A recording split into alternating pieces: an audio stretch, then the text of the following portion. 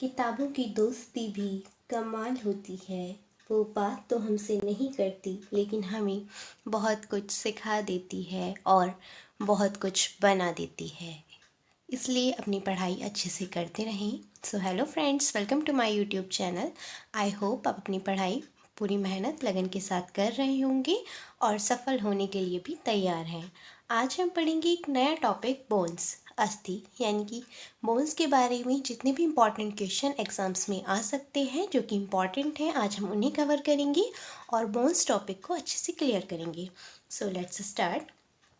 वयस्क मनुष्य में 206 अस्थि होती हैं, यानी कि जो पर्सन होता है वयस्क, उनमें 206 बोन्स होती हैं।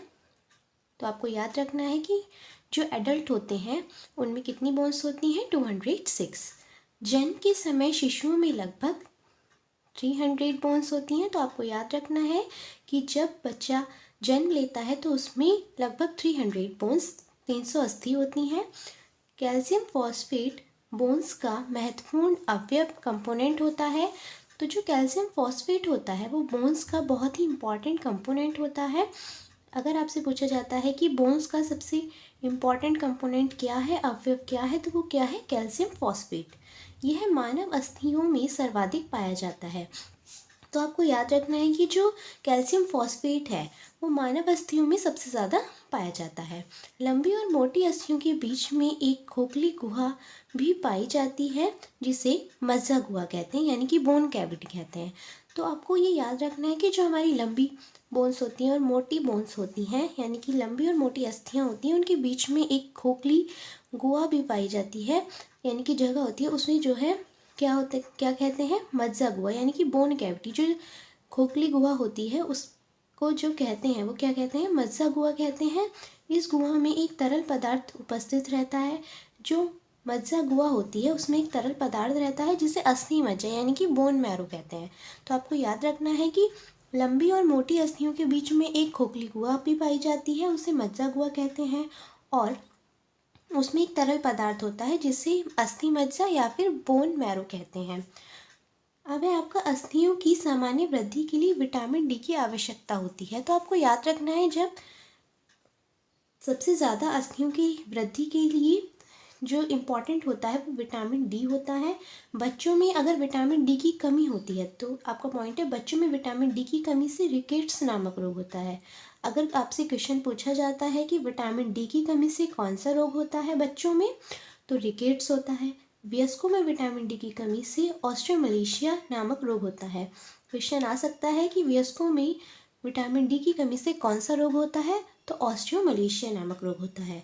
मानव शरीर की सबसे बड़ी अस्थि जो है वो फीमर है, और फीमर जो है वो जांघ की अस्थि है। अगर आपसे क्वेश्चन डायरेक्ट पूछा जा सकता है कि मनुष्य में सबसे बड़ी अस्थि कौन सी है, तो फीमर है। ये कहाँ पर होती है, तो जांघ में होती है।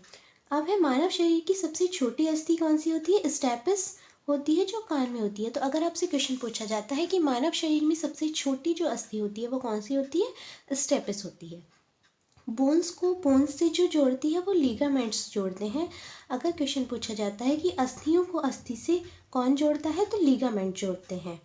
अब है आपका मांसपेशियों को अस्थि से कौन जोड़ते हैं, तो मांसपेशियों को अस्थि से कौन जोड़ता है, टेंडन्स के द्वारा जोड़ा जाता है। विज्ञान की वह शाखा जिसके अंतर्गत अस्थियों का अध्ययन किया जाता है उसको ऑस्टियोलॉजी कहते हैं। अगर आपसे क्वेश्चन पूछा जाता है कि विज्ञान की किस शाखा के अंतर्गत अस्थियों का अध्ययन किया जाता है, यानी कि बोन्स की जो स्टडी की जाती है उसको क्या कहते हैं, ऑस्टियोलॉजी। अब है आपका अस्थियों का उपचार का अध्ययन। अस्थियों का जो उपचार का अध्ययन होता है उसको क्या कहते हैं, ऑर्थोपेडिक्स कहते हैं। तो आपको याद रखना है कि बोन्स की स्टडी को क्या कहते हैं, ऑस्टियोलॉजी, और अस्थि का उपचार का अध्ययन जो यानी कि बोन्स की स्टडी को तो कहते हैं ऑस्टियोलॉजी, और जो इसका उपचार होता है यानी कि उपचार का जो अध्ययन है अस्थि की, उसको भी कहते हैं ऑर्थोपेडिक्स कहलाता है।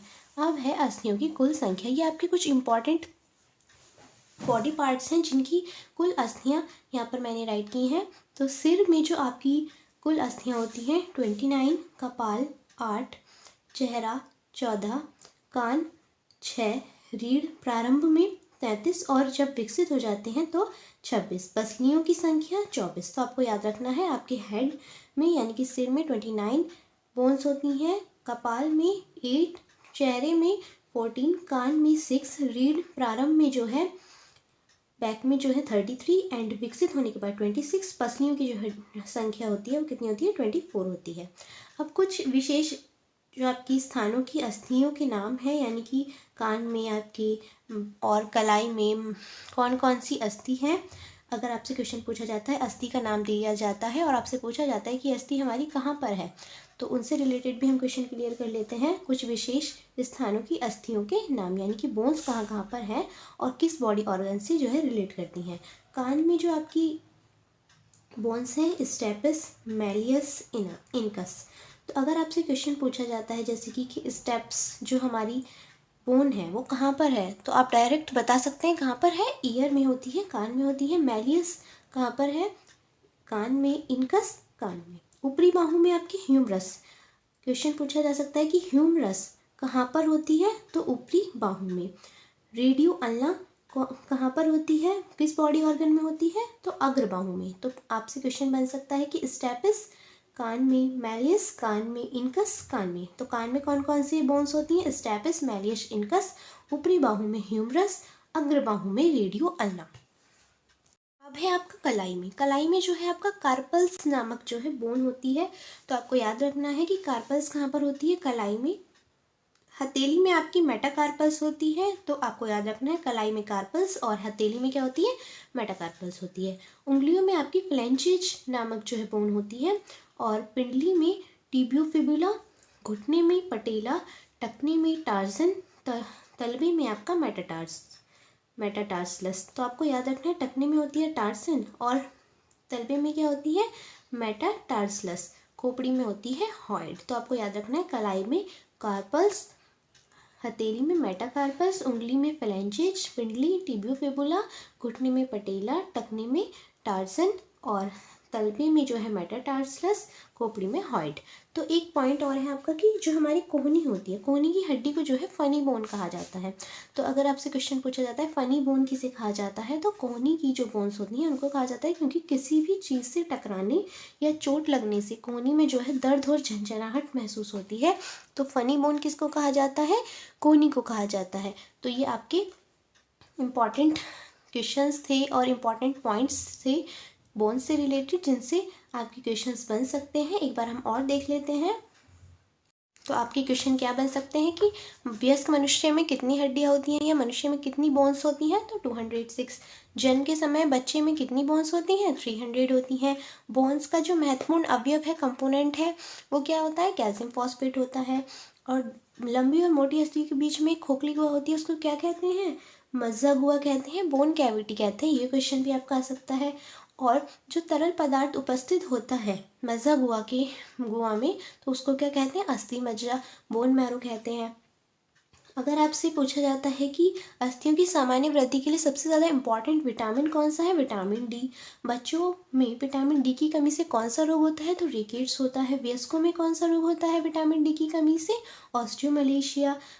और मानव शरीर की सबसे बड़ी अस्थि का नाम क्या है, बोन का नाम फीमर है। कहाँ पर होती है, जांग में होती है। और मानव शरीर की सबसे छोटी अस्थि जो होती है उसको स्टेपस कहते हैं। बोन्स को जो बोन्स से जोड़ती है वो लिगामेंट होती है। और मांसपेशियों को अस्थि से कौन जोड़ते हैं, टेंडन्स जोड़ते हैं। विज्ञान की किस शाखा के अंतर्गत जो है अध्ययन किया जाता है बोन्स का, ऑस्टियोलॉजी। और अस्थि का उपचार का अध्ययन क्या कहलाता है, ऑर्थोपेडिक्स। तो ये आपको याद रखना है। और अस्थियों की कुल संख्या भी आपको लर्न रखनी है। सिर में 29, कपाल 8, चेहरा 14, कान 6, रीढ़ प्रारंभ में 33 एंड विकसित होने के बाद 26, पसलियों की संख्या होती है 24। और जो अस्थि इंपॉर्टेंट हैं जो कि क्वेश्चन पूछे जा सकते हैं कि कौन से बॉडी ऑर्गन में है, ये भी आपको याद रखनी है। कान में स्टेपस, मैलियस, इनकस। ऊपरी बाहु में ह्यूमरस, अग्र बाहु में रेडियो अल्ना। कलाई में आपका होता है कार्पल्स, हथेली में आपका होता है मेटाकार्पल्स, उंगलियों में फ्लैंचेज, पिंडली में टिबियोफिबुला, घुटने में पटेला, टखने में टार्सन, तलवे में मेटाटार्सन और खोपड़ी में आपका हॉइड होता है। और फनी बोन किसे कहा जाता है, तो कोहनी को कहा जाता है। ये आपको याद रखना है। So I hope you understand all about the bone, and if you are new on my YouTube channel, please subscribe my YouTube channel. Thank you.